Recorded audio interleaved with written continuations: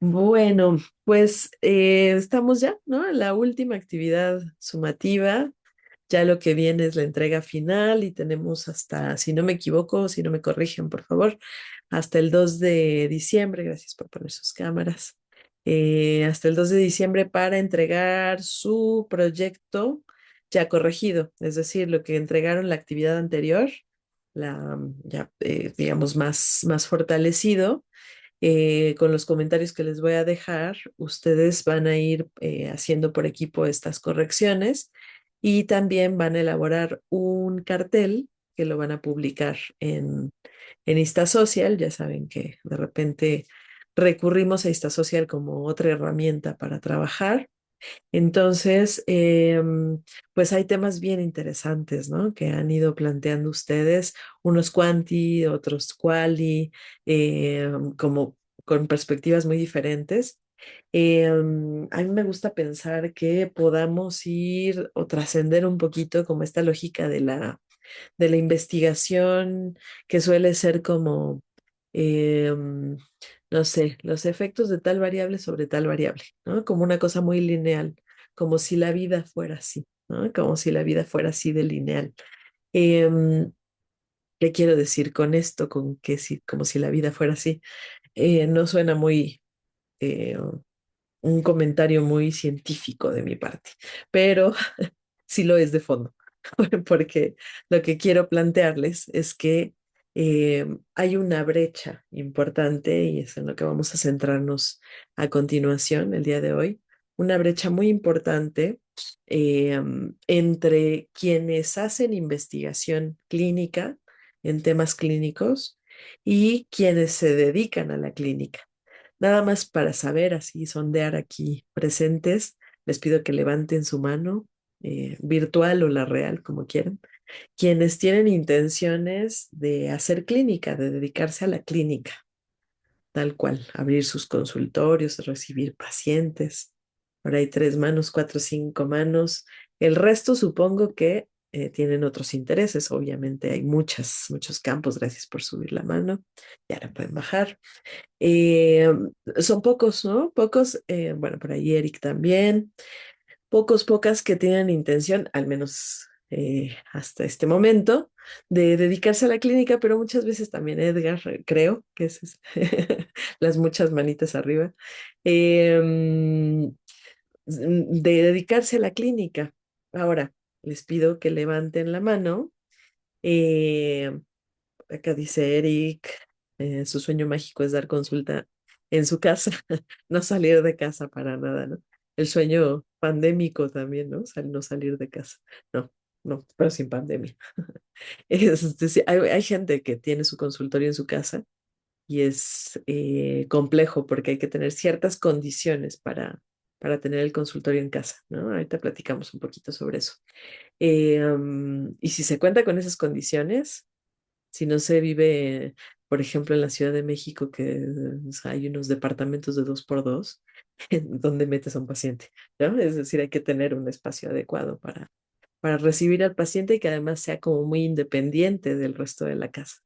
Porque así como cuando ponemos la cámara y estamos preocupados porque, híjole, ya me despeiné o el día de hoy no me arreglé tanto o lo que sea, pues pasa justamente así con los pacientes, ¿no? Que no vean mucho de nuestra vida privada. Entonces sí está bueno ese sueño, Eric, pero obviamente habrá que pensar las condiciones. Bueno, lo que quiero decir con esto es que hay una brecha entre hacer clínica y hacer investigación sobre temas clínicos. Hay una gran brecha, ¿no? Y de los que levantaron la mano, quienes levantaron la mano el día de hoy que quieren hacer clínica, les pido que levanten la mano, ya ahora en octavo semestre, a punto de empezar, ¿no? En enero, su último semestre de la carrera. No se angustien. ¿Quiénes creen que están preparados, preparadas para ejercer la clínica? Nadie.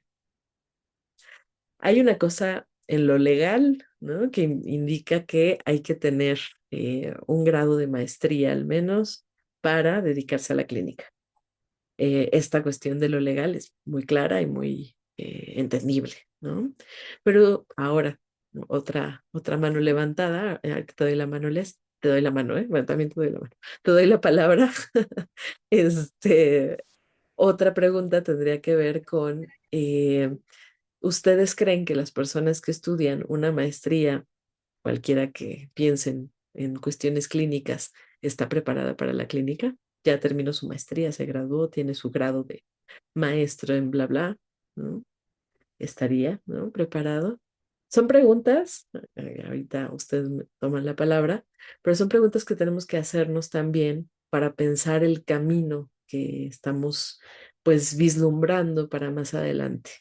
La mayoría de ustedes, bueno, sobre todo quienes están en el módulo 810, están en el área clínica.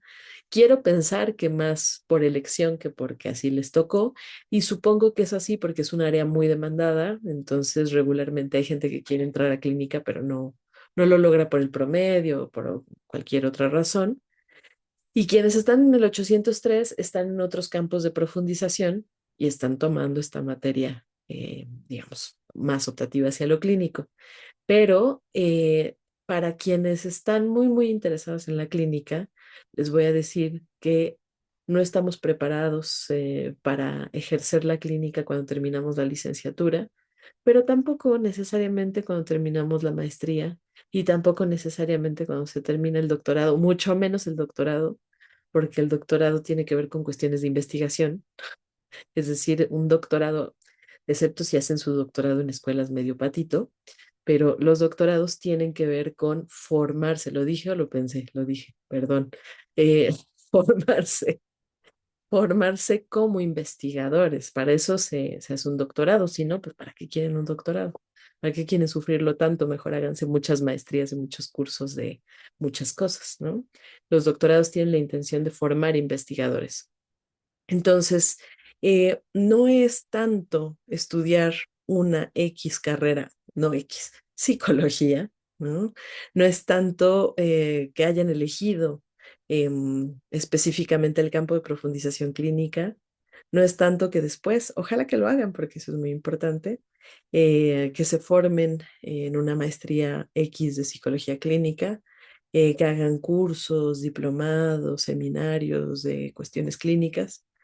Es importante, claro, pero eso no nos hace clínicos.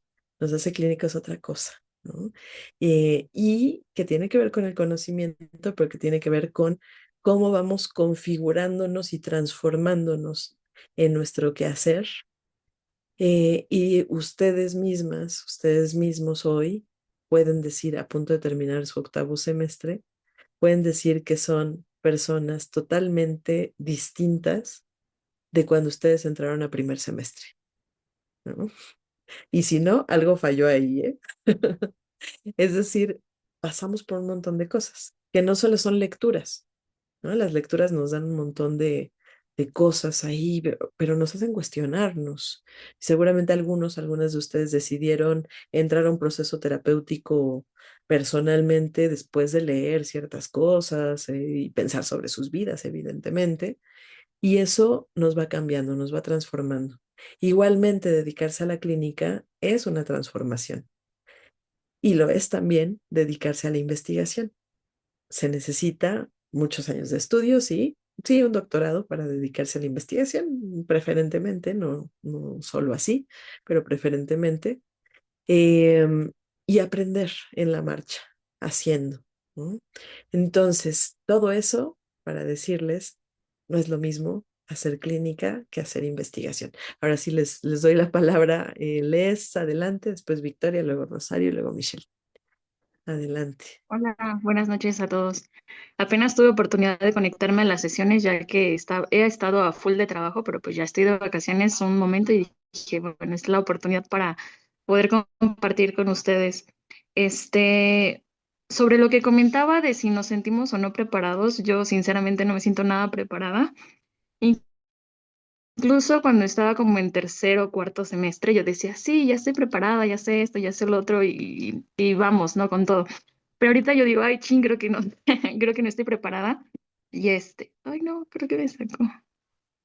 Ah, No, aquí estás, aquí estás. y, y bueno, eh, em, También, o sea, siento que es, o sea, la brecha que está, o sea, te modifica todo porque tú puedes planear tu investigación o puedes planear tu entrevista, tu machota de entrevista o puedes hacer muchas de las técnicas que quieras utilizar, de las herramientas que quieras emplear y no sé, o sea, ya estando ahí en la entrevista surge una respuesta a otra pregunta y nada de eso está dentro de tu formato o de tu machote de entrevista que hiciste y te mueve en ese momento y tienes que, como decirlo burdamente, improvisar. Y también me tocó cuando estaba haciendo una entrevista de, no me acuerdo de qué módulo era, pero mi pregunta era sobre relacionado a las redes de apoyo. Entonces mi pregunta era algo así, ¿cómo son tus redes de apoyo? Y mi tutor me decía, ok, o sea, está bien que quieras saber sobre las redes de apoyo, pero es muy probable que la persona a la que le preguntas no sepa qué es una red de apoyo.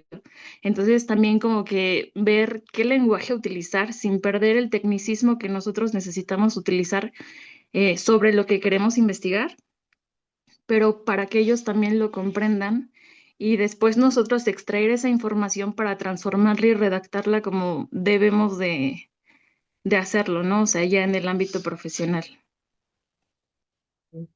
Totalmente, Les, gracias por compartir esto. Sí, claro, vamos leyendo cosas y decimos, claro, esta es la psicología, está buenísima. Es tercer semestre y sí, ya, seguro en unos meses ya, mándenme 10 pacientes, ¿no? Pero También evidente. considero, Ajá. también considero que los aspectos éticos son muy importantes porque o sea, yo diría, me gustaría investigar sobre el suicidio. Yo vivo en Aguascalientes. Y Aguascalientes era el número uno a nivel, pues, nacional sobre el índice de suicidio. Entonces, a mí me llamaba mucho la atención y dije, pero ¿por qué? O sea, ¿qué está sucediendo que hace que sea un nivel tan alto, ¿no? Y dije, voy a investigar sobre esto voy a hacer mi manuscrito y demás, pero pensándolo bien, ¿cómo accedo a la muestra cuando se trata de un tema tan delicado en donde hay pacientes chance y hasta internados, que las mismas autoridades o instituciones, aunque tú te presentes como un alumno, aunque lleves tu credencial y cosas así, pues no te permiten el acceso, ¿no? O sea, tan fácil. Y pues eso también es una limitación para nosotros como estudiantes que queremos incursionar, ¿no? Hacia pues ya el ámbito profesional un poco más formal.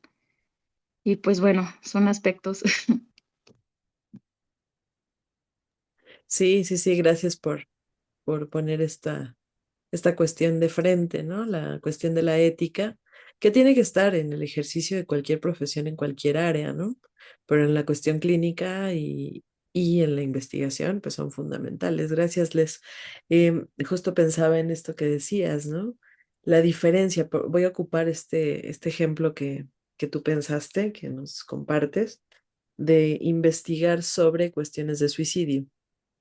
A ver. Hay muchos, seguramente ustedes ubican porque pues ya están en octavo, terminando octavo, saben un montón de cosas y han leído un montón de expertos y expertas de los temas. Y hay gente muy brillante que escribe un montón y tiene muchísimos artículos y ponencias aquí y allá por todos lados sobre suicidio, ¿no? No digamos nombres, ustedes saben, investigadores e investigadoras que estudian el tema en México y en otras partes del mundo. Grandes expertos, ¿no? Esas personas que saben muchísimo acerca del suicidio pueden hacer investigación, ya lo habíamos comentado en otro momento, de manera cuantitativa, ¿no? A partir de cuestionarios, eh, tests, escalas, ¿no? Etcétera, ¿no? Diferentes instrumentos cuantitativos. O pueden hacer experimentos para pensar la aplicación de un tratamiento, ¿no? Específico para personas que tienen ideación suicida, que han tenido un intento de suicidio, etcétera, ¿no? Perfecto. Y entonces son personas que regularmente por sus mismos estudios y credenciales pueden acceder a esto que decía Les, ¿no? ¿Cómo voy a llegar a una institución? Bueno, sí es difícil llegar a una institución que te dejen pasar porque son temas sensibles, pero pueden llegar a una institución. Pongamos un ejemplo de la Ciudad de México, porque no ubico otros espacios fuera de la Ciudad de México como este, el Instituto Nacional de Psiquiatría, por ejemplo, ¿no? Entonces pueden acceder, decir, bueno, soy investigadora, vengo con estos cuestionarios, estos tests, desarrollo un instrumento para medir tal o cual cosa, tal o X variable, o quiero, si se es investigador, por ejemplo, dentro de un instituto como el de psiquiatría, en un hospital psiquiátrico, Fray Bernardino, qué sé yo, quiero aplicar este tratamiento novedoso con pacientes que han tenido intentos suicidas. Bueno, perfecto. Entonces hacen una serie de protocolos que son súper importantes, ¿no? Los protocolos de la investigación que están enmarcados por la ética, ¿no? Y que son, vaya, muy relevantes. Y estos protocolos van a ir delineando de alguna manera, lo voy a decir así, como el uno 2 3, ¿no? De lo que se tiene que hacer eh, en una investigación, ¿no? Los protocolos de investigación. Y se acercan y entonces pueden aplicar una serie de cuestionarios, más menos con dificultades, por supuesto. En cambio, si hace investigación cualitativa, es un poquito más complicado, no por lo cual y en sí mismo, sino justamente porque el acceso a la población es más cercano. Hay que hacer, ya lo saben ustedes, ¿no? Entrevistas, observaciones, que también se pueden hacer en Locuante, obviamente, observaciones, historias de vida, pueden hacer trabajos etnográficos, ¿no? Etnografía, etcétera, ¿no? A partir de esto, bueno, se acercan a una cierta institución, si tienen estos imaginarios y no tan imaginarios investigadores acceso a las instituciones, bueno, pues entonces pueden hacer una serie de investigaciones donde necesitan que la gente esté de acuerdo en platicar sobre sus historias, sus pasajes por los internamientos, los momentos en que intentaron atentar contra su vida, etcétera, ¿no? Y eso es más complejo. ¿Por qué? Porque evidentemente lo que está puesto ahí es la palabra de las personas, ¿no? No el protocolo, sino la palabra de los participantes. Y entonces ahí nos vamos como a un temazo. Ahorita les doy la palabra a las demás, no vayan a bajar la mano. Esta palabra de los participantes va a ser con lo que se trabaja la investigación y entonces yo entrevisto y cómo es esto y cómo aquello, etcétera. O desarrollo una escala para medir tales o cuales cosas. Perfecto. Ok, no me digan, tal vez no lo saben y tal vez no importa que lo sepamos, pero imaginémoslo. De ese número de grandes expertas y expertos sobre suicidio que hacen muchas investigaciones quanti o quali sobre suicidio, ¿cuántos hacen clínica? Muy pocos, ¿no? No diremos números porque, ¿no? Sería pensar en casos específicos, no vamos a hablar de los colegas aquí, investigadores, ¿no? Pero muy pocos hacen clínica. ¿Y qué quiere decir que muy pocos hacen clínica?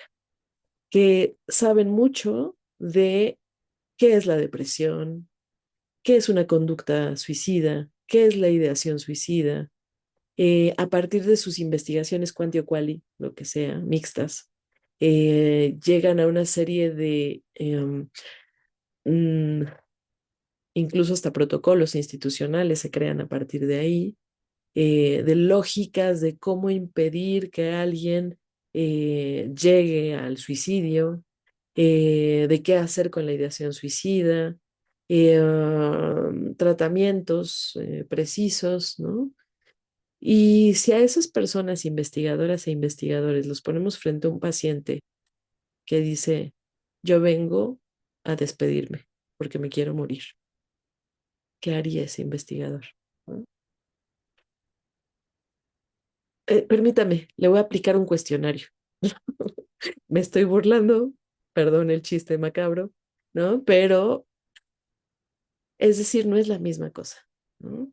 En muchas ocasiones yo he escuchado colegas que dicen cosas como, si tú sabes investigación, sabes todo. O sea, es la misma lógica, digamos, de estructura, la investigación con cualquier otra cosa que quieras intervenir sobre ABCD, cualquier campo. Tal vez en algunos campos es funcional esto, pero en la clínica es otra cosa.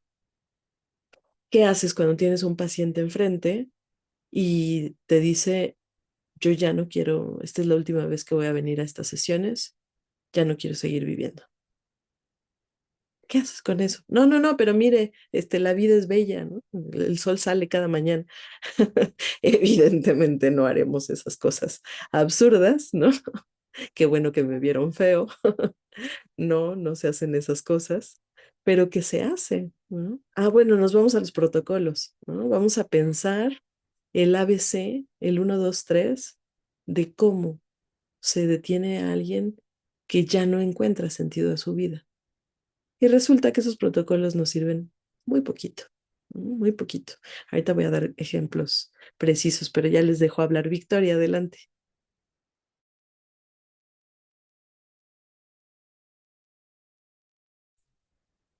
Hola, es que tengo mi internet muy malo, no sé si me escuchan, por eso Te, apagué mi es- cámara. te escuchamos, no te preocupes. Bueno, por mi trabajo, buenas noches a todos, a todas. Hacemos mucha canalización, ¿no? Estamos siempre buscando profesionales y clínicos, ¿no? Este, y a veces nos topamos con verdaderas crisis de canalización, o sea que no tenemos, a pesar de que hay muchísimas personas ejerciendo la profesión, pues sí nos topamos con estas crisis. Y justo, perdón que insiste en ello, pero yo creo que sí se tiene que hacer algo al respecto.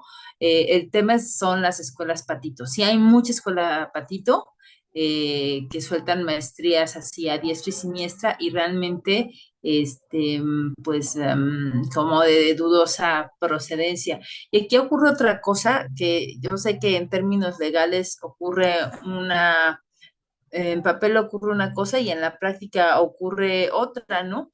Por ejemplo, también está esto de que hay muchos profesionales de otras disciplinas, no necesariamente de la psicología, que se certifican como terapeutas, especialmente en el área humanista, ¿no?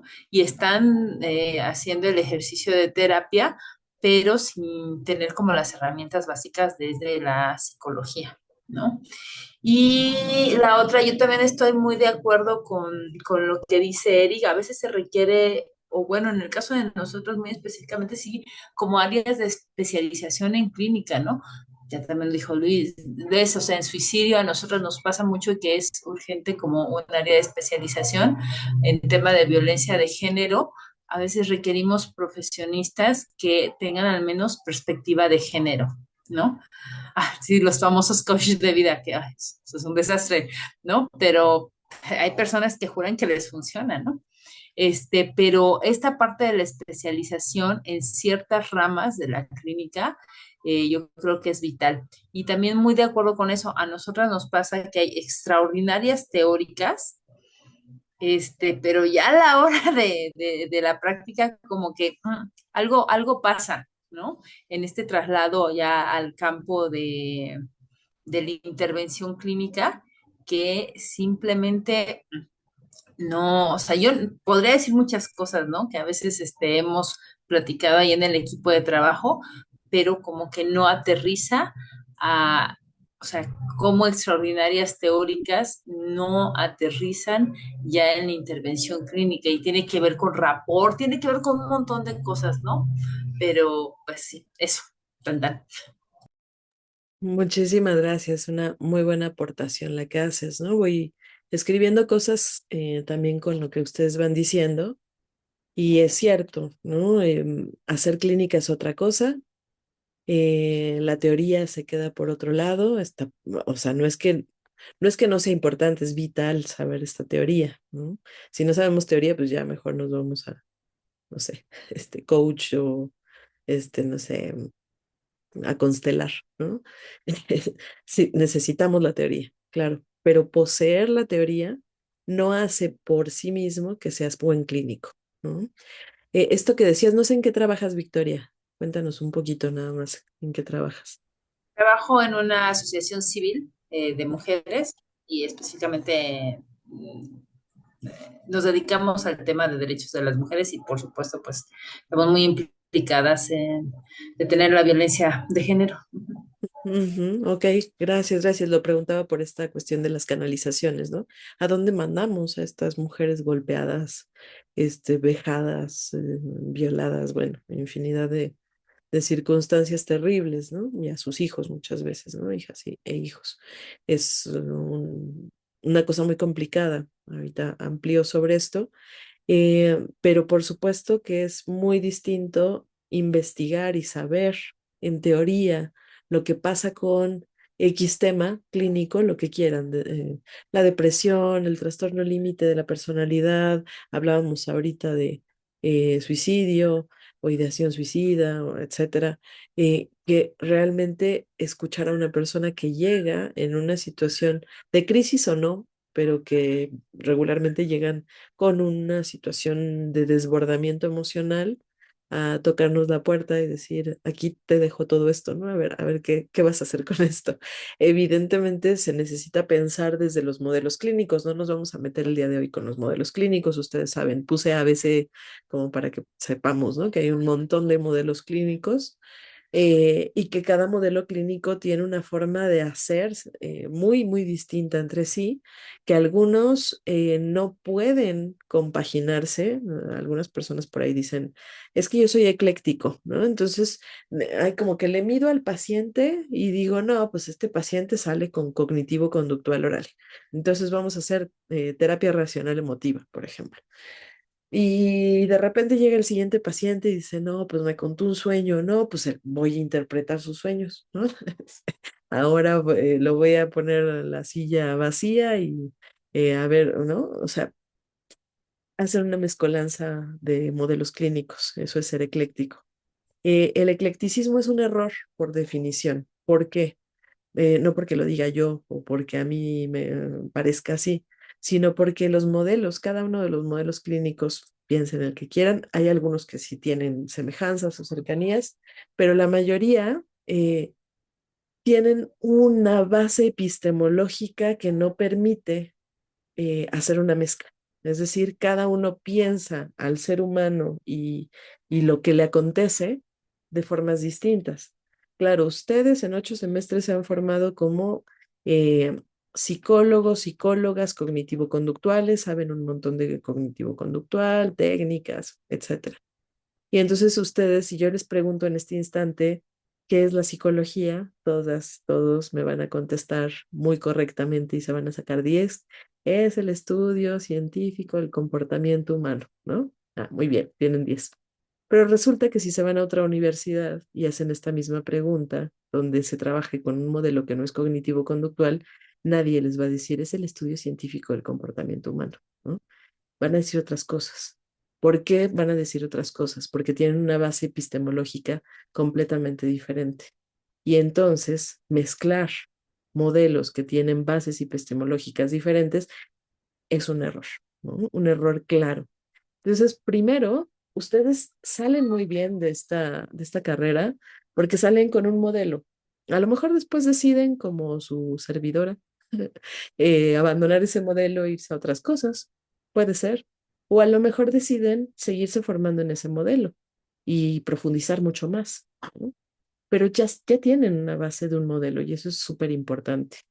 Ahora, habló Victoria hace un momento de las especializaciones.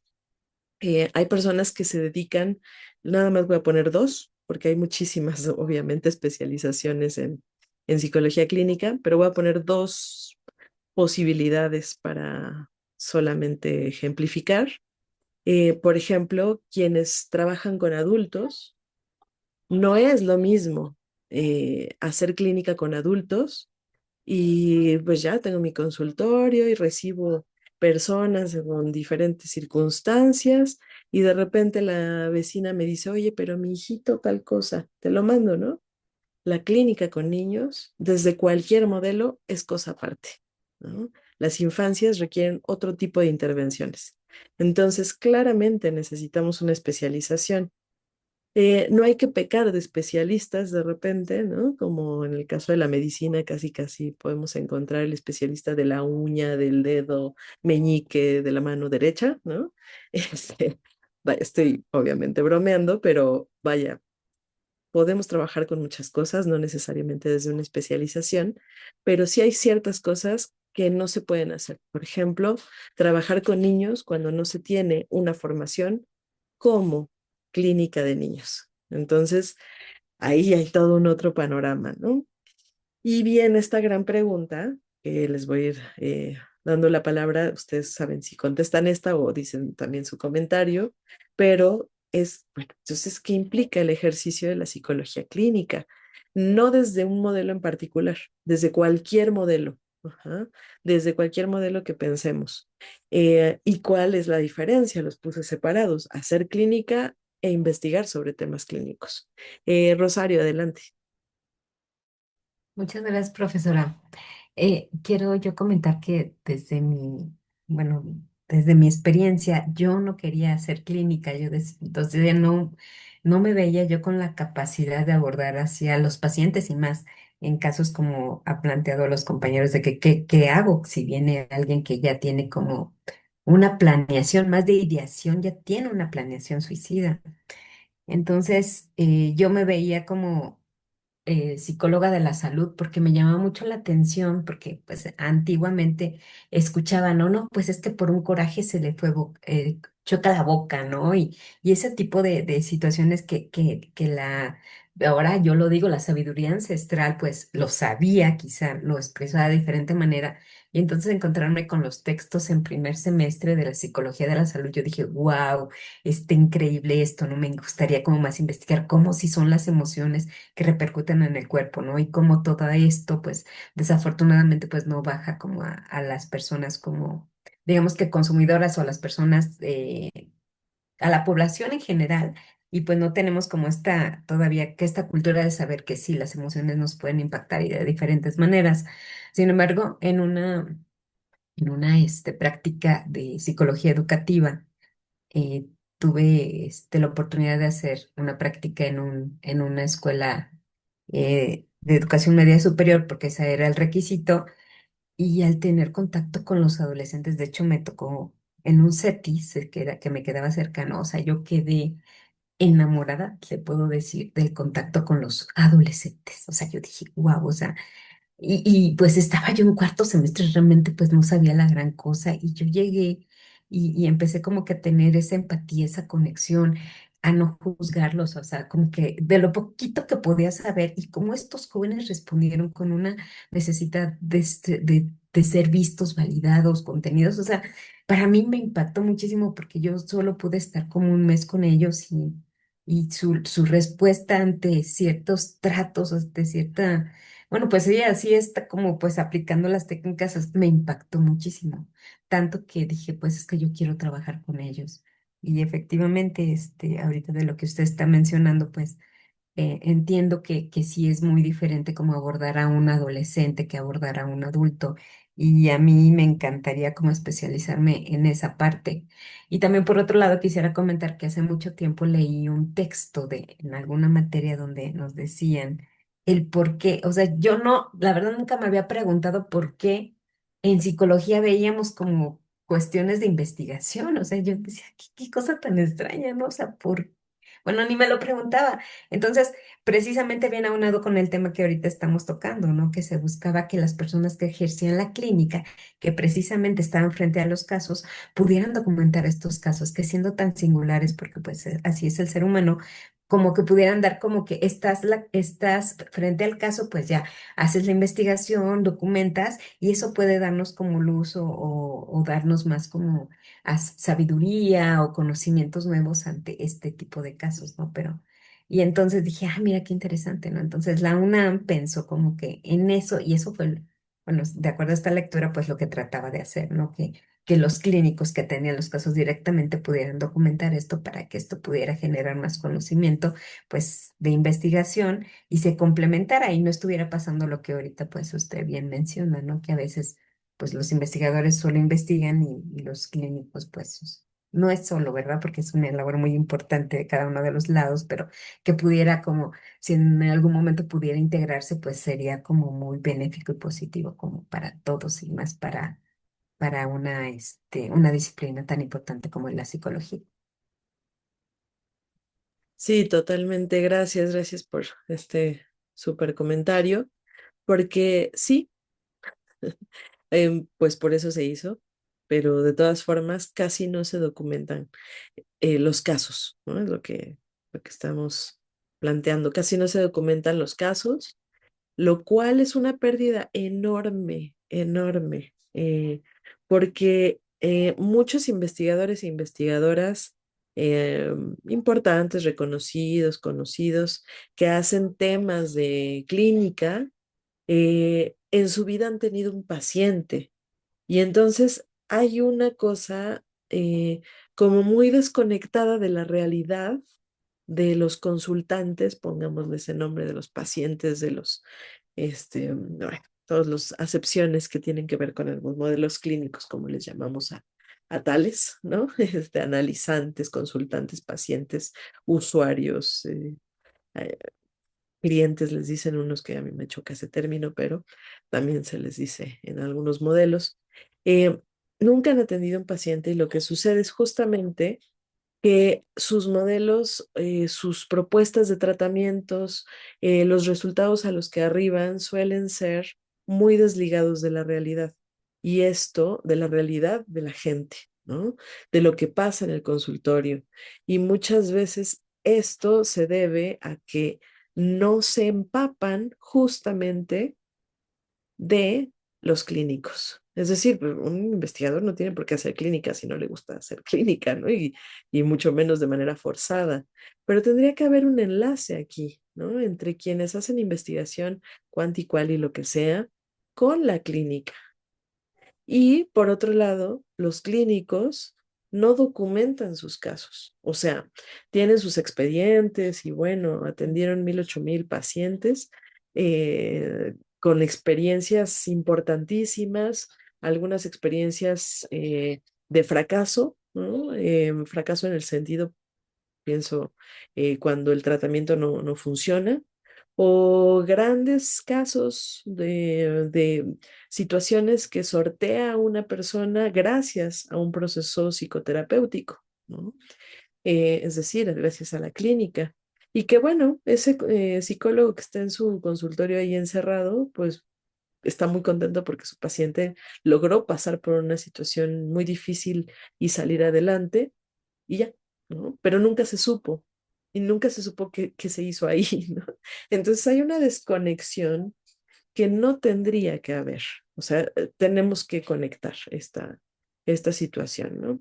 Eh, Se peca mucho como de dejar estos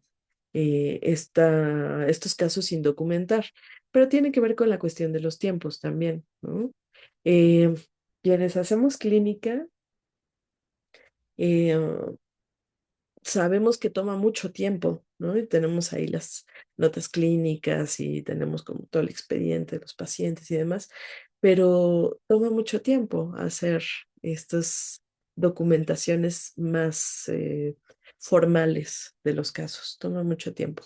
Ahorita les voy a poner algunos ejemplos para que sea un poquito más claro esto. Muchísimas gracias. Qué buen comentario. Michelle, adelante. Hola, buenas noches.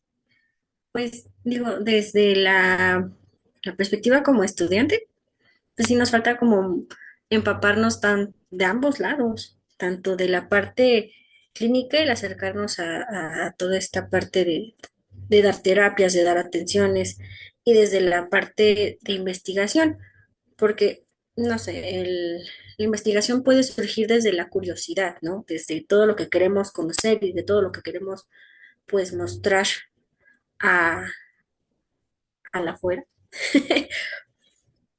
Pero ya estar en el trabajo, por así decirlo, de campo, ¿no? Que es el tratamiento con los pacientes, el desarrollar empatía, porque eso también es algo que no, siento que no logran como terminar de conectar quienes hacemos investigación, es eso, ¿no? O sea, podemos saber demasiado, pero no entendemos qué es lo que estamos sabiendo. Entonces ahí está como que esa enorme brecha y quizá tendríamos que tener como un previo de lo que es la experiencia con pacientes para dar como mayores puntos a la parte de la investigación. Sí, sí, muy importante esto que dices, Michelle. Siempre nos va a hacer falta, ¿no? No se les olvide algo que es súper importante.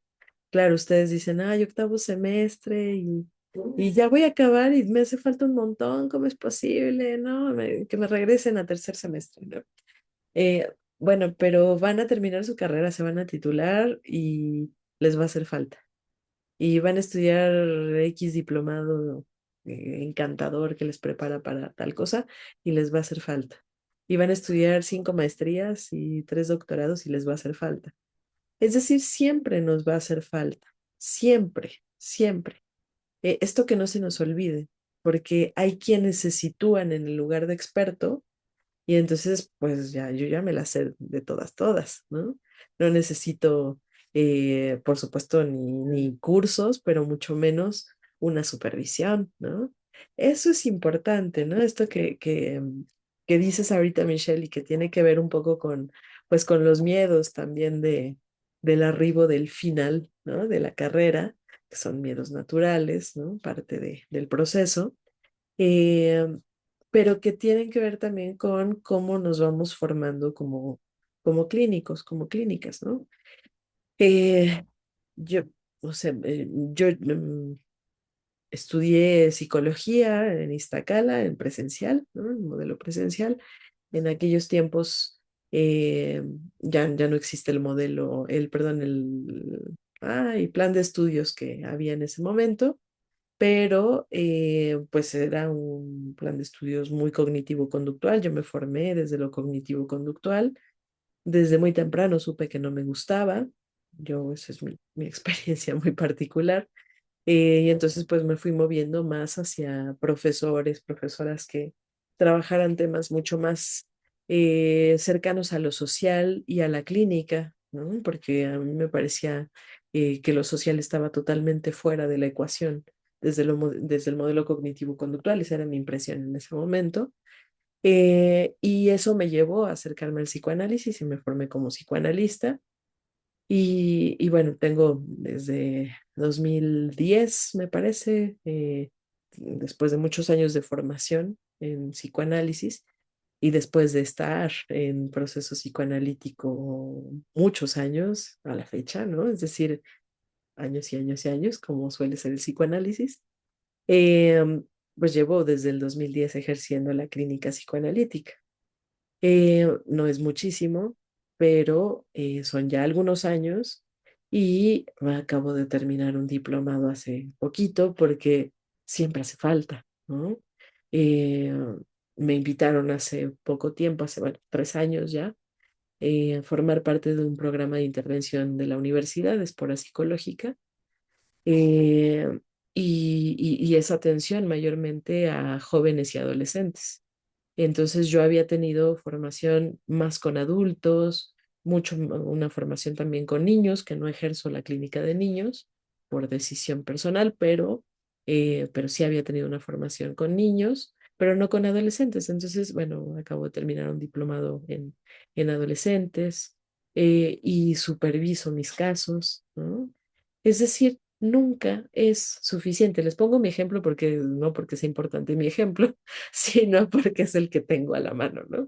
Pero pueden preguntarle a gente que ejerza la clínica de 50 años atrás y es el mismo caso, ¿no? Formarnos todo el tiempo, saber que siempre nos falta y eso es vital.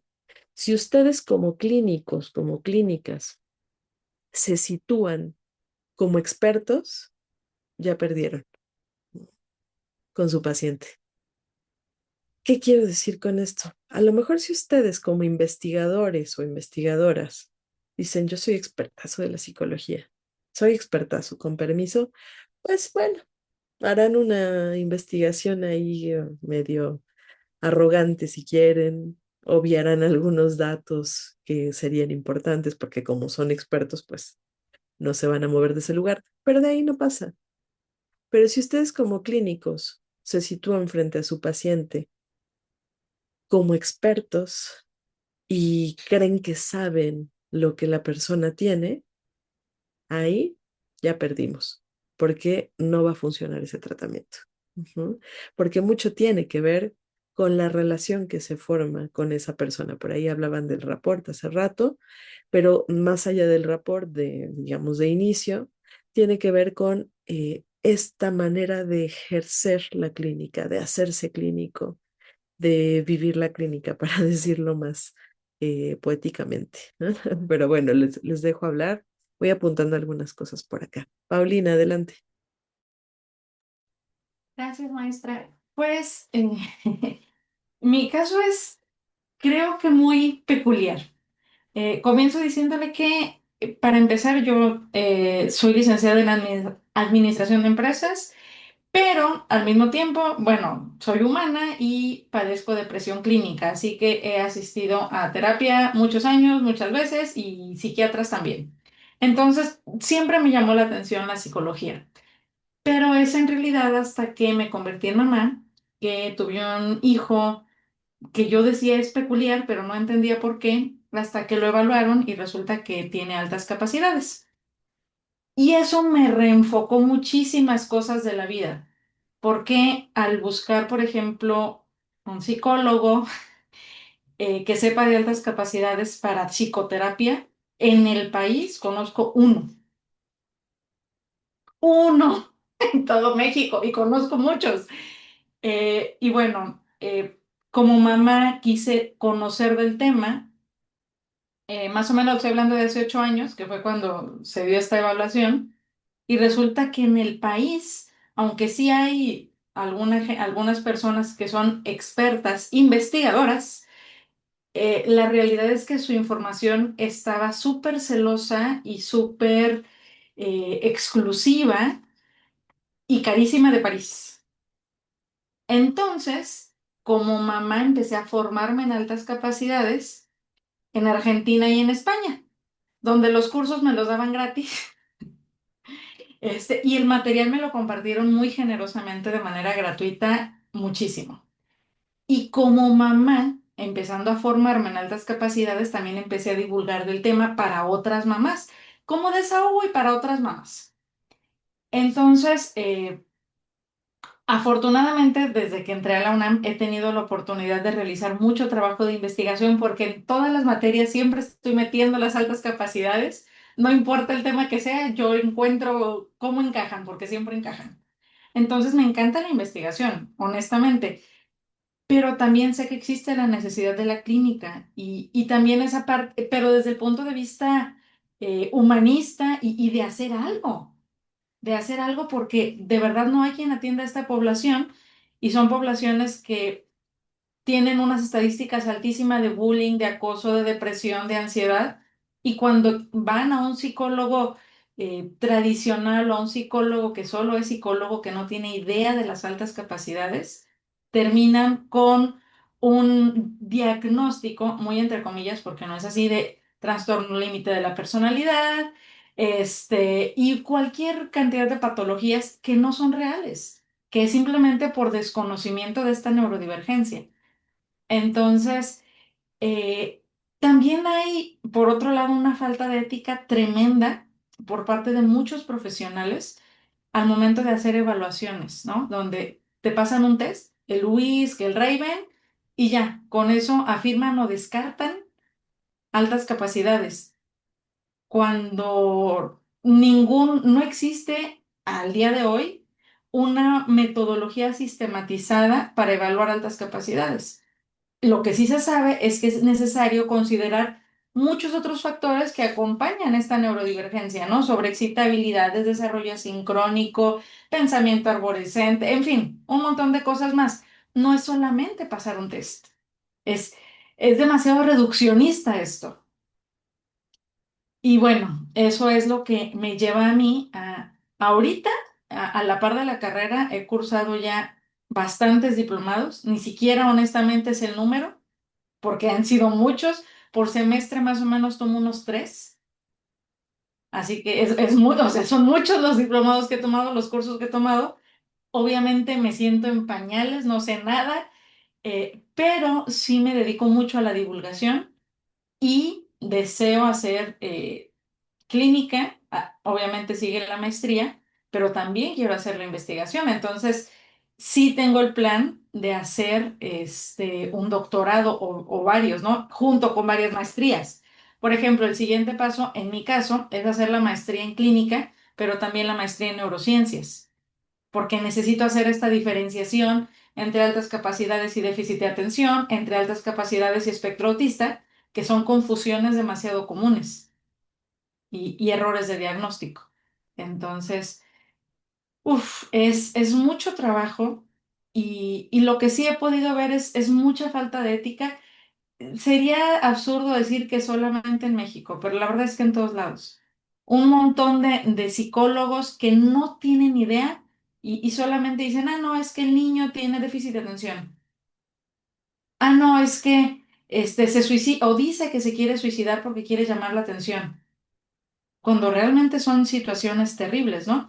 Y por otro lado, expertos buenísimos, superdoctores, que son o que se sienten, no sé, tocados por Dios, pero que no bajan a las familias, que no les comparten información, que no hacen divulgación y que no aplican nada del conocimiento que tienen impreso y que las investigaciones no se llevan a la práctica. Y hay muchos, bueno, no hay muchos, pero hay 2 o 3 en México que tienen títulos nobiliarios, les llamo yo, pero realmente no hacen nada por la población. Entonces, no sé, no hay esta parte de retribución ni de contribución social ni nada.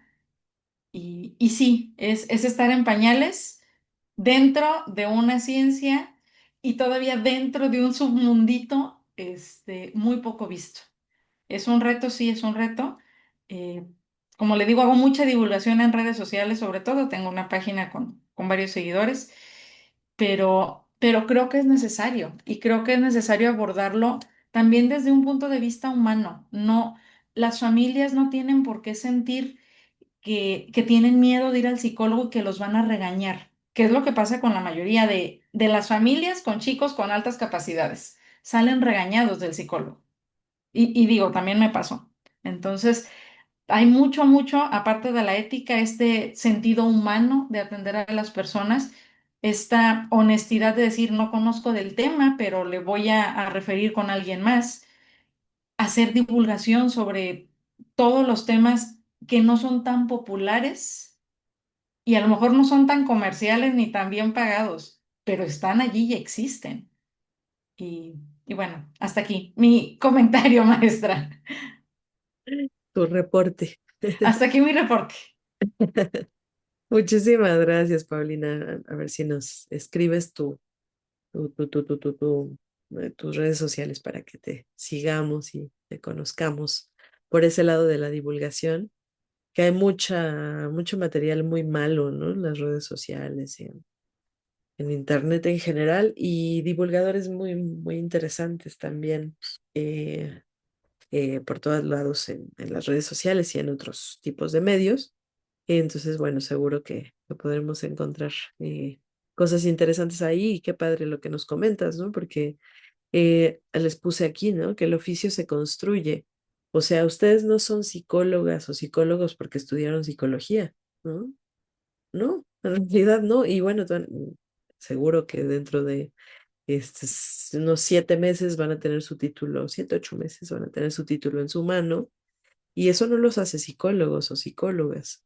Lo que hace que seamos psicólogos es ejercer el oficio, formarnos. Cuando hablo de oficio, aquí hago una acotación, eh, no lo estoy pensando oficio como esta categoría, entre comillas, menor de, no sé, el zapatero, no, no, no, sino más, sino el oficio de la psicología, como algo que se hace con el cuerpo y con el intelecto y que hay una pasión de por medio, ¿no? Entonces, el oficio se construye, ustedes se están construyendo como psicólogas, psicólogos, pero va a continuar esa construcción por el resto de sus vidas, ¿no? Por eso decía que nunca va a ser suficiente. Estudien lo que estudien, 80 maestrías y 50 doctorados, no importa. Eso continúa y siempre vamos a estar un poco en falta, ¿no? Diríamos desde el psicoanálisis, la falta es lo que no falta, ¿no? La falta siempre está presente y eso es lo que permite que nos pongamos a hacer cosas, que deseemos hacer cosas. Y tienes toda la razón, Paulina, ¿no? Los grados, el- tengo colegas que dicen, por favor, llámame doctor, ¿no? Ok. Son títulos nobiliarios y más en este momento de la vida. Sí son títulos nobiliarios que no sirven para mucho en realidad como título nobiliario, pero eh, o sea, no es que por eso vas a tener mucho dinero o cosas así, a veces sí, pero tienen que ver con un sistema en el que estamos. Ustedes como psicólogas, como psicólogos que están a punto de egresar, no pueden obviar que estamos en un sistema, estructuralmente, estamos en un sistema que atraviesa la práctica de la psicología, que es un sistema también capitalista. Y entonces este sistema capitalista, del capitalismo financiero, del capitalismo digital, etcétera, atraviesa nuestra práctica y por eso nos vamos a encontrar montones de charlatanes que están buscando hacer negocio.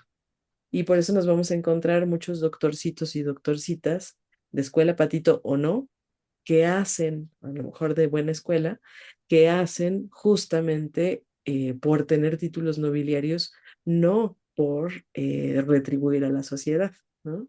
Eso hay muchísimo y tiene que ver con el sistema, no es una cosa rara, es lo normal, es Me triste. gustaría nada más compartir una última cosa personal. A mi hijo le evaluó la panacea del país en altas capacidades. Así, la number one. Y la verdad es que lo evaluó sin querer, ¿no? Pero bueno, lo evaluó. Le tocó a mi hijo que lo evaluara y nunca me dio un informe real. Y le pregunté, bueno, dígame qué tiene, porque en realidad yo pensaba que mi hijo tenía como una patología. Pues yo soy mamá, y administración, yo nada que ver con psicología en ese momento. Y me dijo, bueno, su hijo es súper dotado, tiene altas capacidades. Y me quedé en blanco, no supe qué hacer, no hubo acompañamiento. Y después en una ocasión cuando alguien me pidió o cuando en una página muy popular en México sobre altas capacidades, alguien preguntó sobre quién podía evaluar aquí en mi ciudad, la recomendaron a ella y yo dije, pues ella supongo que sí es buena, pero no da seguimiento. Entonces, como mamá, uno se siente desprotegido y volando, no sabes qué hacer. Y entonces me mandó un mensaje privado, ella me tenía con sus contactos, yo estaba en un grupo de WhatsApp con ella y otras familias, y me dijo, tú fuiste la que comentó, ¿verdad? Le dije, sí, doctora, porque es doctora, porque tiene uno o varios doctorados, y me dijo, ok, y me sacó de los grupos, me bloqueó de todos lados, y esa fue la atención que me dio.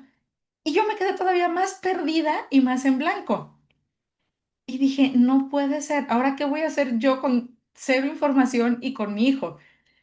Y eso fue muy duro para mí como mamá sentirme tan perdida, pero también fue un parteaguas y bueno, fue parte de lo que me trajo aquí a la licenciatura en psicología en la UNAM y a los cursos privados, ¿no? Y en otros lados y a mi página de divulgación.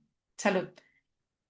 Pero es eso, es esta no sé cómo explicar esta altanería de si no me reconoces y si no me recomiendas a mí, entonces ya tú desapareces del mundo.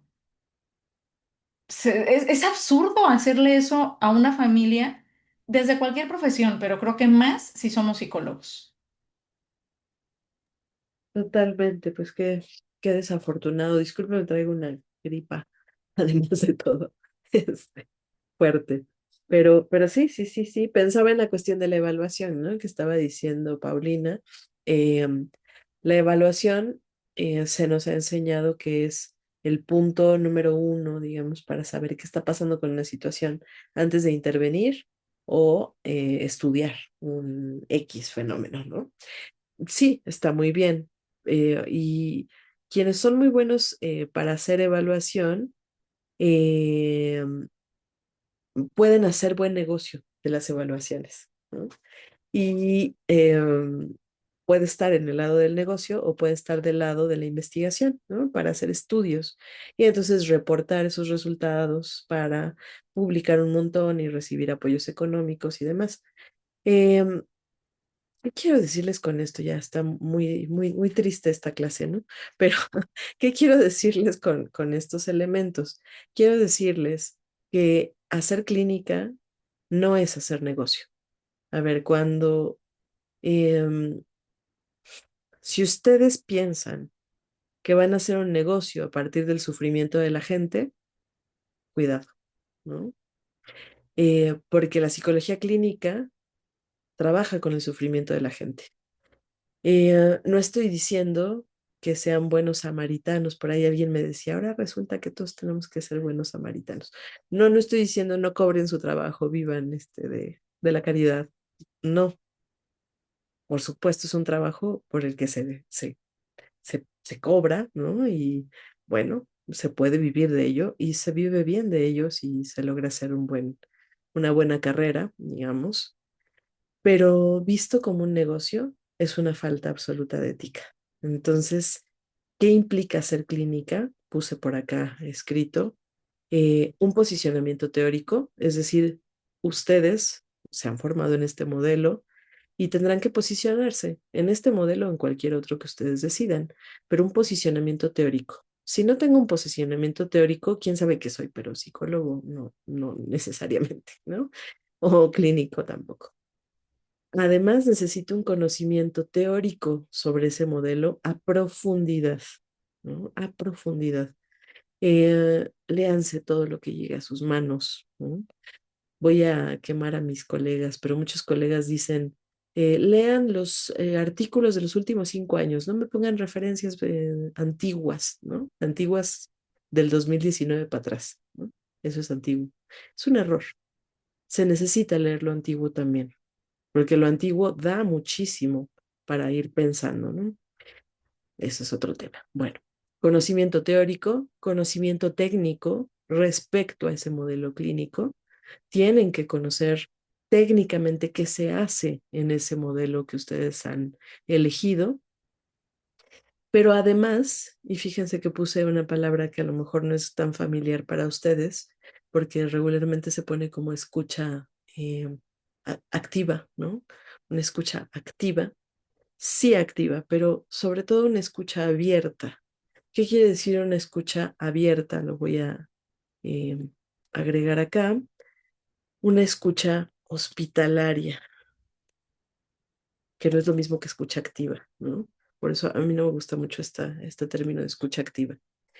Sí, escuchen activamente, pero más allá de la escucha activa, escuchar hospitalariamente. Lo puse un poquito más abajo, es decir, alojar, ser hospitalario es alojar el sufrimiento de la gente, ¿no? Es totalmente distinto que decir, sí señora, a ver, llévese a su hijo, aquí está el resultado, tiene el trastorno fulanito o la situación X, que le vaya bien, bye, ¿no? Son 1,000, 8,000 pesos. A alojar la palabra del otro. Ujú. Es decir, la clínica implica una hospitalidad con el otro que no encuentra en ninguna otra parte.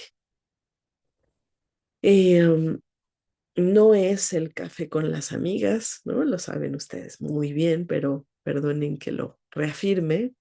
No es la chela con los cuates, no es la plática cordial, no es el te apapacho porque te sientes mal. No, la clínica es aquí estoy, te escucho, alojar, dar.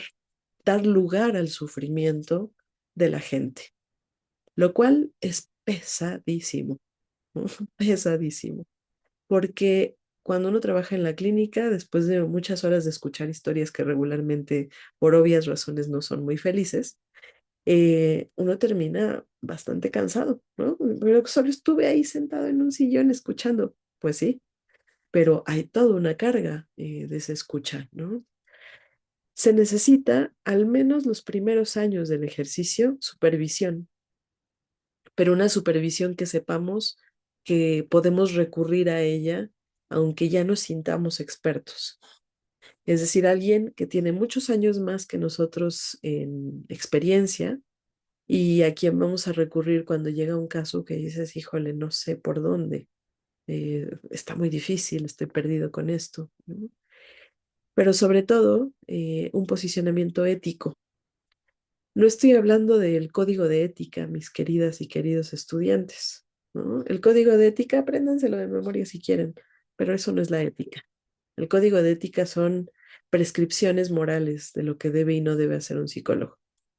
Un posicionamiento ético tiene que ver con cómo me sitúo yo como psicóloga, como psicólogo, para hacer lo que tengo que hacer. ¿Cómo me sitúo? No es si tengo que hacer o no tengo que hacer tal cosa, sino es un respeto de la profesión y un respeto del otro, y ese respeto implica el alojamiento del sufrimiento del otro y de no estar, digamos, lucrando con el sufrimiento del otro. Insisto, no quiere decir que no se pueda, pues, tener una vida también, vivir, trabajar de ello, ¿no? Y evidentemente esto algunos colegas no están muy de acuerdo, sobre todo cognitivo-conductuales, yo no sé por qué, pero no están muy de acuerdo con que siempre se requiere un proceso terapéutico personal. Eh, Personalmente, así lo voy a plantear, es necesario, porque a veces pasan cosas, ¿no? Eh, y lo dijiste, Paulina, ¿no? Además de administradora, soy mamá, pero también soy persona, ¿no? Y bueno, sí, obviamente todos somos personas y nos pasan cosas en la vida y también tenemos nuestros propios momentos difíciles, frustraciones, miedos, inseguridades, lo que quieran. Y bueno, eso tiene que trabajarse para no estar escuchando a un paciente y de repente que se nos mezcle la propia historia con la suya. Es decir, hacer una especie de espejeo con lo que el otro está diciendo. Eso implica un posicionamiento clínico también, perdón, ético, no clínico, un posicionamiento ético también, ¿no? Es decir, eh, hay muchas diferencias entre hacer investigación en clínica y ejercer la clínica. Y el ejercicio de la clínica requiere de formación, requiere de acompañamiento por la supervisión, requiere de un montón de conocimiento y requiere de una claridad ética del quehacer psicológico. Insisto, no estoy hablando del código de ética. O sea, sí está muy bien, síganlo. No, no estoy diciendo que se lo salten, sí, síganlo. Pero eso no es la ética. La ética es lo que se hace con el otro. ¿Ah? La ética es cuando llega un paciente y te dice, es que yo ya no quiero vivir, no quiero vivir y mi familia no lo entiende. ¿Y qué haces con eso? ¿No? ¿Qué hacer frente a eso? Ahí la ética está en juego, ¿no? Ahorita les planteo un tema. Y vamos cerrando, porque si no, nos vamos a dar la medianoche acá. Erika, adelante. Sí, buenas noches, profesora.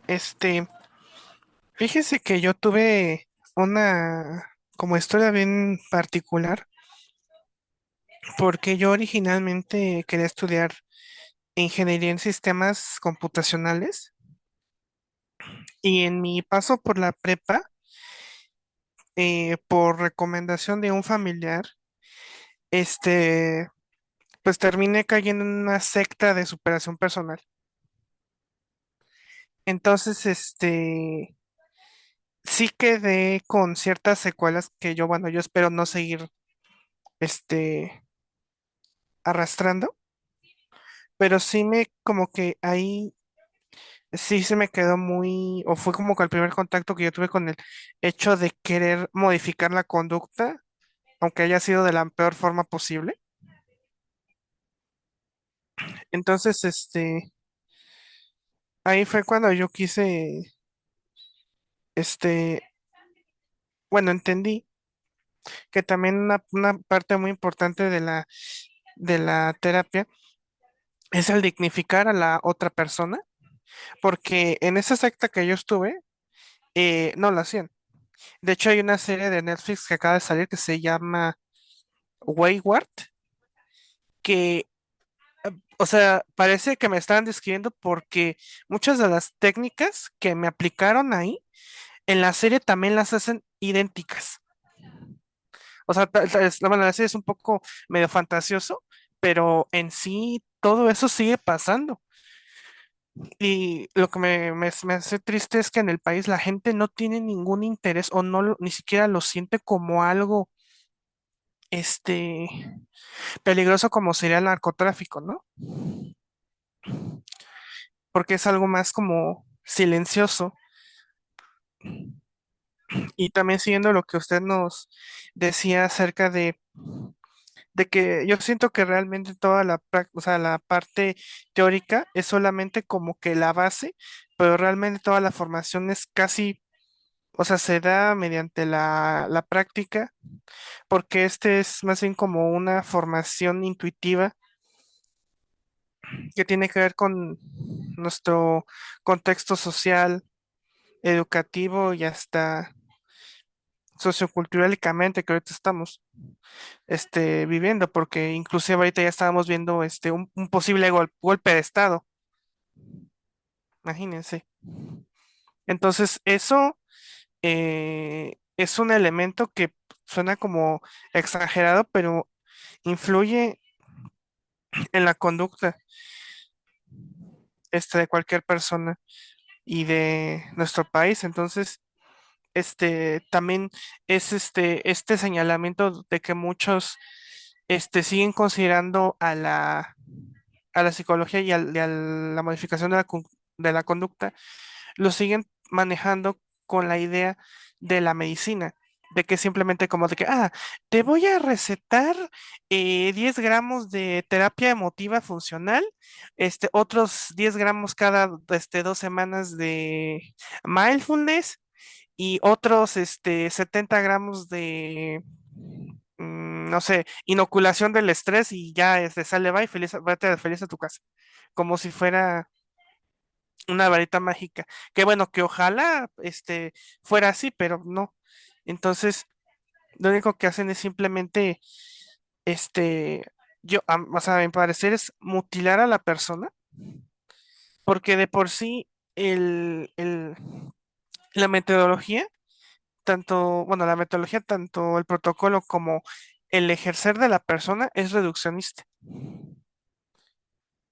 Entonces, tampoco digo de que quiero que una terapia dure toda la vida, una eternidad no tampoco, porque eso también sería caer en otro extremo innecesario, pero sí como que, este, tratar de salir de estos marcos como preestablecidos, o sea, no estoy hablando de una revolución, sino como de que ser un poco más flexibles con lo que implica el abordaje a las personas y sobre su historia de vida, su estilo de crianza, este, también tener en cuenta lo que es, bueno, a mí se me hace muy interesante lo del ciclo vital, también lo que comentaba Paulina, de que no es lo mismo el abordaje que se hace con un niño, por ejemplo, de 10 años, al abordaje que se hace con una mujer de la tercera edad, porque las perspectivas y los intereses son completamente diferentes de uno del otro,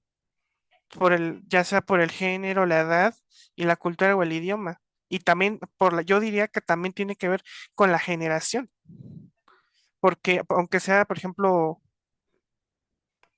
aunque yo sea hombre, yo no voy a tener como que la misma perspectiva o interés que con los hombres de la generación de mis abuelos o de mis papás, por ejemplo.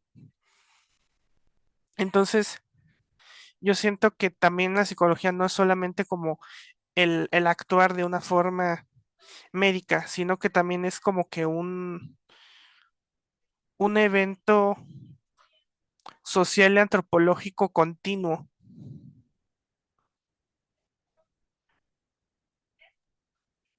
Sí, coincido contigo, Eric. Gracias por compartirnos un poquito. Gracias a usted.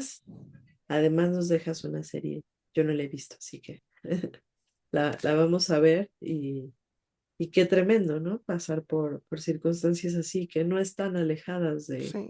de que De- caigamos en algún punto, ¿no? nada, En nada más ese- como sugerencia, es que en un semestre de los primeros nos dejaron ver la naranja mecánica y nos dijeron, descríbeme en esta parte, por ejemplo, lo de la conducta de segunda generación, de lo Ujú. del el conductismo de Skinner con la naranja mecánica.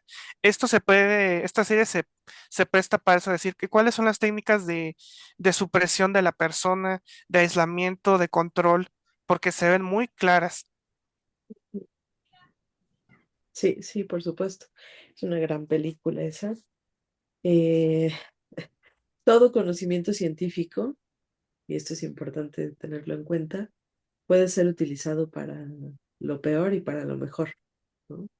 Lo sabemos, ahí tenemos a Einstein, eh, con todo lo que sabemos que originó, lo que él hizo desde la ciencia. Y bueno, pues sí, ciertos modelos, no hablo solamente de la clínica, ciertos modelos teóricos pueden favorecer la aplicación de cuestiones para control de la población, por ejemplo, ¿no? Es interesante. Aquí puse algo con base en lo que nos platica Eric. Eh, um, mm, mm, mm. Pensaba en la cuestión de considerar que todo sujeto está cruzado por lo sociohistórico estructural. Esto es súper importante, porque si no consideramos esto, quién sabe qué estamos haciendo, ¿no? Estamos haciendo una cosa medio ingenua, ¿no? No considerar en un tratamiento clínico que se trata de una persona que viene de X historia, no solamente familiar, dejen ustedes lo familiar, que no es que sea poco importante, pero que viene de un contexto social, económico, muy preciso y que hay una historia que también lo va marcando desde ahí. Ignorar esto es hacer un trabajo absolutamente ingenuo. Entonces, quitémonos la ingenuidad de paso, ¿no? Y puse la perspectiva de género porque de repente a mí me sorprende, ¿eh? Cuando se habla de perspectiva de género, a la fecha profesionales o profesionales en formación dicen, ay no, pero de qué se trata? ¿Del feminismo de las mujeres enojadas, esas que hacen? Ah, no,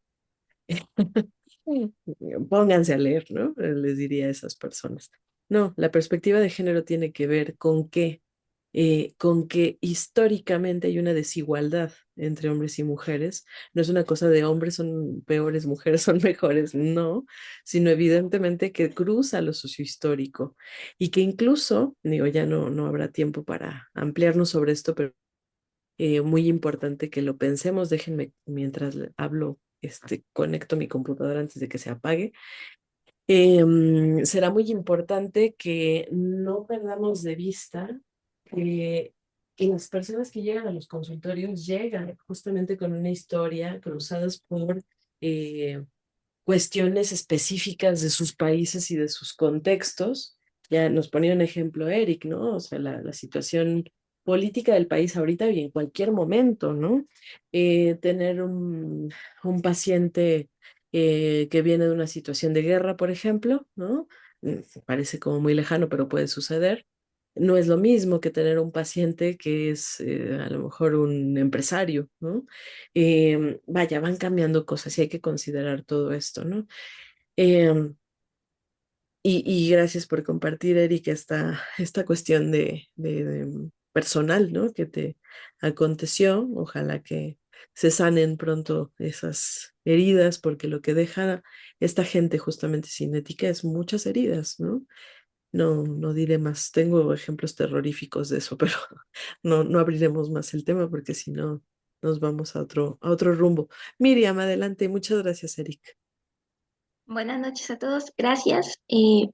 Yo me gustaría más o menos como aportar un poco en el tema de en varios puntos. De entrada, el decir que no estamos preparados y como muchos compañeros ya han mencionado, sí hay que seguirnos preparando, porque incluso en las ciencias exactas, el objeto de estudio no es estático. Y en nuestro caso, nuestro objeto de estudio, pues por supuesto que tampoco es estático, todo lo contrario, es muy, muy cambiante. Entonces, sí se tiene que seguir avanzando y la idea de caer en este egocentrismo de decir yo lo sé todo y ya no hay más que tenga yo que aprender, pues choca con esta idea de que mi objeto de estudio entonces lo estoy volviendo una máquina, un objeto que no cambia y que no va a tener reacciones, porque hasta lo más químico, por ejemplo, tiene una reacción, pues nosotros también como personas, como bien lo decíamos, pues también tenemos consecuencias. Esa es una. Y creo que otra también es el hecho de que ambos lados, tanto el hacer clínica como investigar temas clínicos, pues se alimentan uno del otro y ambos lados están como que, no, yo lo hago así y del otro lado yo no comparto esto, cuando en realidad, por ahí algún compañero mencionaba, pues podríamos ser un equipo multidisciplinario. ¿Por qué? Porque también el hecho de que yo me quedo y no documento mis casos clínicos, pues ya no aporta nada. Sí aporta el hecho de que sí, pues estoy ayudando a alguien y lo estoy, orientando y estoy interviniendo y y va la labor social, ¿no? Pero pues no somos eternos y en cambio la documentación al final pues da para la posteridad y puede ayudar a incluso a posicionar el tema de la investigación.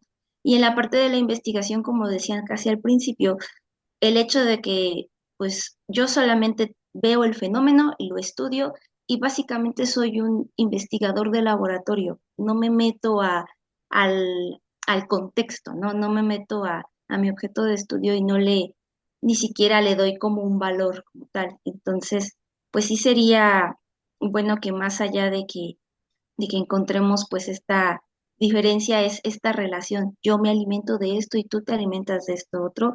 Y pues sí, seguir trabajando y seguir practicando y pues sí, no temerle a la investigación, pero tampoco caer en el hecho de que pues yo soy una eminencia y por ende solo lo hago para conocer más y para ser reconocido. Y del otro lado, pues yo lo hago porque este, me interesa ayudar, pero también no aporto algo más. Y ya como para terminar, para que ya se me salgan todas las ideas, pues creo que los objetos de ambas ideas, pues al final están centrados en la persona, en lo que podemos generar para otros y pues si uno es para tratar y el otro es para conocer, pero pues si no conozco y no me empapo, pues tampoco puedo tratar y si no trato, entonces mi investigación se estanca. Entonces, pues creo que eso sería como lo que podríamos relacionar de ambos lados. Absolutamente. Muchísimas gracias, Miriam, porque justo estás Gracias. haciendo pues este cierre en este sentido, ¿no? O sea, lo que se requiere es que las investigaciones, en la mayoría de los casos, a lo mejor no en todas las investigaciones clínicas, pero que las investigaciones también estén de la mano de quienes hacen clínica para que se pueda pensar mucho más, eh, digamos, cercanamente a la realidad, ¿no? Y que a su vez estos clínicos se nutran de estas investigaciones para su ejercicio. Se requiere hacer este conjunto, difícilmente se da y ese es un problema, ¿no? Hay que hacer más documentación de los casos y los investigadores tienen que convocar más a los clínicos y este ejercicio multidisciplinario también del que hablaban desde hace rato, ¿no? No solamente entre clínica e investigación, pero por lo pronto estos dos, ¿no? De los que estamos hablando aquí. Um, Iba a poner un ejemplo que se me perdió, entonces le voy a dar la palabra a Maribel. Adelante, Maribel. Hola, buenas noches. Gracias. Pues bueno, principalmente quería hacer el comentario hace unas participaciones atrás respecto justo a la entre la clínica y la investigación. Pues sí, creo que ya lo mencionaron mucho, pero algo que sí veo es que pues claro, en la parte clínica pues está esta carga emocional, cosa que, o sea, pero para con otras personas a diferencia de la investigación, como toda esta parte emocional y lo que comentaba de las historias de vida de cada paciente. Eh, pues en lo personal quería hacer un comentario también en la parte de ética, porque en algún momento yo vi un anuncio pues ahí en Facebook de como de una red de apoyo o de atención psicológica a bajo costo y que aparte, pues si tú estabas estudiando psicología, ellas te daban como la apertura a que pues tú pudieras ir como haciendo servicio social o adquiriendo experiencia, obviamente ellas pues digamos prestando los servicios que iban a estar atrás de ti para o supervisar tus asesorías. Y la verdad es que yo fui con otras chicas que no eran de la facultad, pero pues realmente lo que mencionaban, ya lo que mencionaba, ya estar creo que ahí en ese punto de estar con alguien enfrente, pues sí, creo que es algo muy impactante y más para lo que mencionan todos, no estamos preparados para eso. Digo, yo sinceramente tengo entendido que pues siempre y cuando tengamos esta parte de supervisión, pues está dentro de lo permitido, ¿no? Sin embargo, pues en esa experiencia no fue así. Em, pero sí llegué a tener de que con una persona la primera vez de llenar el formulario, llenar la entrevista y hasta una segunda sesión en la que pues me di cuenta que la asesoría pues no era como la correcta y en algún momento me hicieron pues asistir y sin embargo era un menor de edad y ahí es cuando yo sinceramente me sentí como muy, pues me sentí mal porque dije, yo no estoy preparada pues ni para un adulto y mucho menos como para afectar de todo lo que diga yo para el niño pues es como una realidad, ¿no? Entonces no me sentí preparada, sentí que estaba haciendo algo mal, aparte porque no me sentía con el respaldo necesario y pues decidí no continuar. Pero creo que ahí entra como un poco de toda esta parte que se ha estado mencionando, la parte de la ética, la parte de la preparación. Y sí, como mencionan, al terminar la licenciatura y terminar una maestría, pues ahí no se termina el estudio en esta área, pues toda la vida tienes que estarte pues actualizando e informándote, pues porque no es como cualquier cosa, ¿no? Que puedas estar pues tratando a estás tratando a pacientes, estás tratando vidas y lo peor es que hay muchos, podría decir colegas, pero que justamente con una licenciatura tal vez como general, de psicología general, que conozco, pues dan terapia. Y al final es eso, la afectación que tienen directamente en las personas, porque para todos, alguien con autoridad, es decir, un doctor o con esta figura de salud, pues sientes que te dice como la verdad absoluta y considero que no es así. Entonces, sí, tengo muchas historias de personas que han pasado por malas experiencias en sus terapias, porque al final pues se meten muchas de estas partes de religión o estas partes que me comentaba de perspectiva de género, o así que no existe perspectiva de género y existen como cosas machistas, etcétera. Eh, entonces sí creo que tenemos como un largo camino y una responsabilidad muy grande y más, bueno, comento mi experiencia en esta como asociación en la que sí fue como un impacto para mí ya tener a una persona de frente y pues obviamente ni siquiera estaba, eso fue hace un año, o sea, estaba creo que en sexto, no estaba nada preparada, no hubo una capacitación necesaria y pues me sentí como muy mal de continuar ahí. Sí, muchísimas gracias, Maribel. Dices cosas importantísimas, ¿no? Y qué tristeza. Yo le cambiaría solamente a, si me permites, y esto es como comentario para todo el grupo, la palabra capacitación por la de formación. porque cuando hablamos de capacitación estamos hablando de algo muy técnico. Nos capacitamos, o sea, podemos recibir una capacitación para manejar una máquina. Recibimos capacitación para, no sé, aprender a usar un software, no sé, ¿no? Pero la formación es una cosa más profunda y justamente es de lo que estamos hablando el día de hoy, ¿no? Estas diferencias y similitudes con la clínica y la investigación. Y por supuesto que da mucho miedo iniciar la clínica. Yo les invito a que no lo piensen tan tajante como es que el compañero fulanito tiene licenciatura y está atendiendo pacientes y no tiene maestría, ¿no?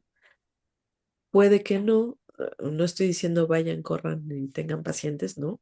Hay que formarse, hay que seguir formándose, hay que supervisar, pero puede ser que esa persona tenga una buena escucha, que lleve un proceso psicológico de hace tiempo, que tenga su formación psicológica, que lleve una supervisión, que esté revisando textos, que esté en acompañamiento. Si no, entonces sí es un problema muy grande, ¿no? No lo piensen solamente en términos de legislaciones o en términos de prescripciones, como tienes que, si no, tal. Sí, está eso, pero más bien ningún grado, ninguno les va a dar la posibilidad de hacer clínica bien. Hay grandes teóricos, grandes investigadores que no podrían pararse frente a un paciente y escuchar y alojar su sufrimiento, porque tiene que ver con capacidades, digamos, de escucha que no todo el mundo incluso desarrolla, ¿no? No todo el mundo, aunque tenga mucho conocimiento. Entonces, no lo pensemos tan tajante, solo para cerrar con eso. Y cerramos con el comentario de Omar. Adelante, Omar. ¿Qué tal? Buenas noches, profesora, compañeros. Pues nada, súper breve. Yo los escucho y no, me siento acompañado en esta idea de no sentirse preparados, de no sentirnos todavía como al 100% para salir a ejercer, aunque sea en un grado de asesoría o siendo acompañados. Pero pero creo que también hay que, o sea, al menos yo lo veo desde la perspectiva en la que me ha tocado estar trabajando con todas estas prácticas que hemos desarrollado a lo largo de estos semestres. Y por ejemplo, he tenido dos experiencias muy, muy, muy, muy, pero muy satisfactorias en las que yo sentía que estaba pisando sobre arenas movedizas porque sinceramente no entendía al 100% cómo desarrollar estos protocolos de investigación, retomando justo este último trabajo que estamos haciendo en el que yo ya me sentí mucho más tranquilo o más confiado. Y fue precisamente cuando me acerqué a la Facultad de Psicología de aquí de la Universidad Autónoma de San Luis Potosí, en donde yo pedí la práctica de educativa. Primero a mí no me llamaba la atención la educativa porque no siento que por ahí no va mi enfoque. Sin embargo, por azares de la plataforma, me aventó a la educativa en una flexible y qué gran experiencia y qué gran callada de boca me dieron el día que fui a pedir la práctica y donde presenté y desarrollé el protocolo. El punto es que tanto mi equipo y yo a nivel, o sea, salimos felicitados por el propio director de la Facultad de Psicología por el nivel de avance y preparación que estamos teniendo, considerando que ellos creen que la presencial o que las clases presenciales tienen un nivel distinto o a cierto grado superior que la distancia, ¿no? Pareciera como que ven a la educación a distancia como un sentarse a leer páginas y obtener calificaciones a través de una plataforma y pues no, ¿no? Entonces, yo les diría o yo les compartiría esa experiencia y yo creo que estamos y es lo que nos decía, o sea, lo que nos decía el director, están muy por adelante, o sea, en el semestre en el que están, o sea, eso fue en quinto y en sexto. O sea, el semestre en el que van, están mucho más adelantados que mis muchachos. O sea, mis muchachos todavía no saben de protocolos de investigación. Y ustedes desde quinto, sexto, séptimo semestre, ustedes ya están trabajando en protocolos. A lo mejor no son perfectibles los protocolos, pero están muy avanzados, chavos. O sea, están perfilándose hacia la investigación de una manera muy, muy, muy, muy bien formada, ¿no? Independientemente de que el día de mañana vayan a- a estarse especializando en cualquiera de las áreas. Y eso a lo mejor a mí me hizo sentir en aquel momento a lo mejor por golpe de suerte, pero me hizo sentir o sea, que estaba en el camino correcto, o que al menos yo no debía ser tan tajante en cuanto a no estoy preparado, no sé hacer las cosas. Pues claro, es que no vamos a estar, incluso las personas, yo vengo de otra formación profesional previa, y por más que puedas sentir que eres el ganador del proyecto final y que tú te titulaste por unanimidad y que además todos tus profesores siempre te echaron porras, etcétera, sales al campo laboral y no estás preparado. Punto. Porque la diversidad de circunstancias que se presentan son totalmente, a veces, en ocasiones, muy ajenas a lo que revisaste en los libros, a lo que pudiste ver en la teoría. Cuando uno se enfrenta y sale de la burbuja de lo académico y llega a lo práctico, llega a la praxis, te das cuenta de que en realidad no estás preparado. Entonces yo siento que lo que ahorita deberíamos de estar pensando es que sigue para nosotros dentro de nuestra formación, y no ser tan tajantes en el aspecto, no sé qué hacer, no estoy, claro, es válido, pues por supuesto no estamos invalidando las emociones o los sentimientos de cada uno, pero en cuanto a la formación profesional, creo que vamos por un muy buen camino. O sea, y eso yo creo que a veces cuando salimos a la calle o cuando salimos a verlo dentro de otras perspectivas educativas, decimos, oye, o sea, yo jurando que no estoy tan mal y en realidad estoy súper avanzado. Entonces, yo me quedo con esa reflexión y sobre todo me la llevo a este semestre que viene, en donde, aunque yo ya tenía en mente cuál era la línea que quería seguir en cuanto a la tesis que se va a desarrollar, bueno, la tesina que vamos a desarrollar más adelante, pues creo que justo este módulo vino a replantearme la manera en la que puedo ver el proyecto de investigación que se desarrolla el siguiente semestre, y pues yo estoy muy agradecido por eso. Totalmente. Muchísimas gracias, Omar. Cierras muy, muy bonito. Por cuestiones de tiempo y vamos a dejar las participaciones hasta aquí, pero me parece importantísimo lo que dices, ¿no? Confíen en la formación que ustedes tienen y ustedes saben muy bien que la formación va más allá de las calificaciones.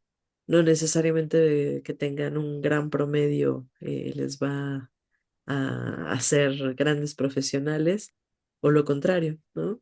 La formación va por otro lado, pero siéntanse seguros porque evidentemente, y comparto contigo la idea, Omar, la universidad tiene un gran nivel, ¿no? Un gran, gran nivel, y ustedes tienen muy bien establecido ese nivel en sus estudios. Confíen en sus conocimientos. Yo solo quiero que nos detengamos todo el tiempo a pensar que, si bien siempre nos va a faltar algo, y el miedo es parte de la experiencia, porque si no hay miedo hay excesiva confianza, y la excesiva confianza es complicada y peligrosa. eh, bueno, tendremos que seguirnos formando, ¿no? Y lo último, hacer clínica y hacer investigación son cosas distintas, pero pueden muy bien compaginarse. Espero que ustedes, quienes tienen ganas de hacer investigación, pues lo hagan, investigación en clínica, lo hagan también acompañado de la práctica clínica o acompañándose de quienes hacen práctica clínica. Y eso va a enriquecer muchísimo tanto la clínica como la investigación, ¿no? Pues bueno, eh, voy a detener la grabación ahorita.